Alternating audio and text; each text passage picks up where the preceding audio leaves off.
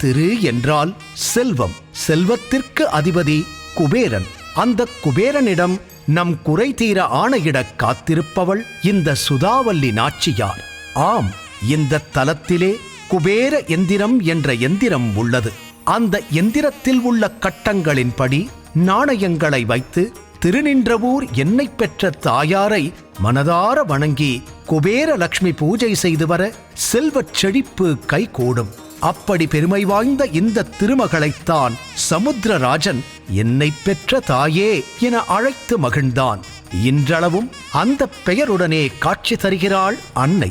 சுதாவல்லி என்பது வடமொழி பெயர். என்னை பெற்ற தாயார் என்பது தமிழ் பெயர்.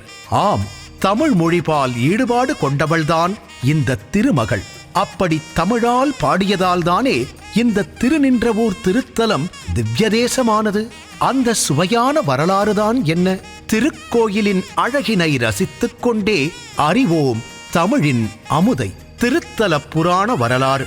திருநின்றவூர் திவ்யதேசம் என பெயர் பெற காரணமான திருமகளின் தயா குணத்தை திருமங்கையாழ்வார் 108 வைணவ திருத்தலங்களில் 86 திருத்தலங்களை தன் தமிழால் பாடி திவ்ய தேசங்கள் என போற்ற வைத்த பெருமை பெற்றவர். 4 கவி பெருமாள் என பெயர் பெற்றவர்.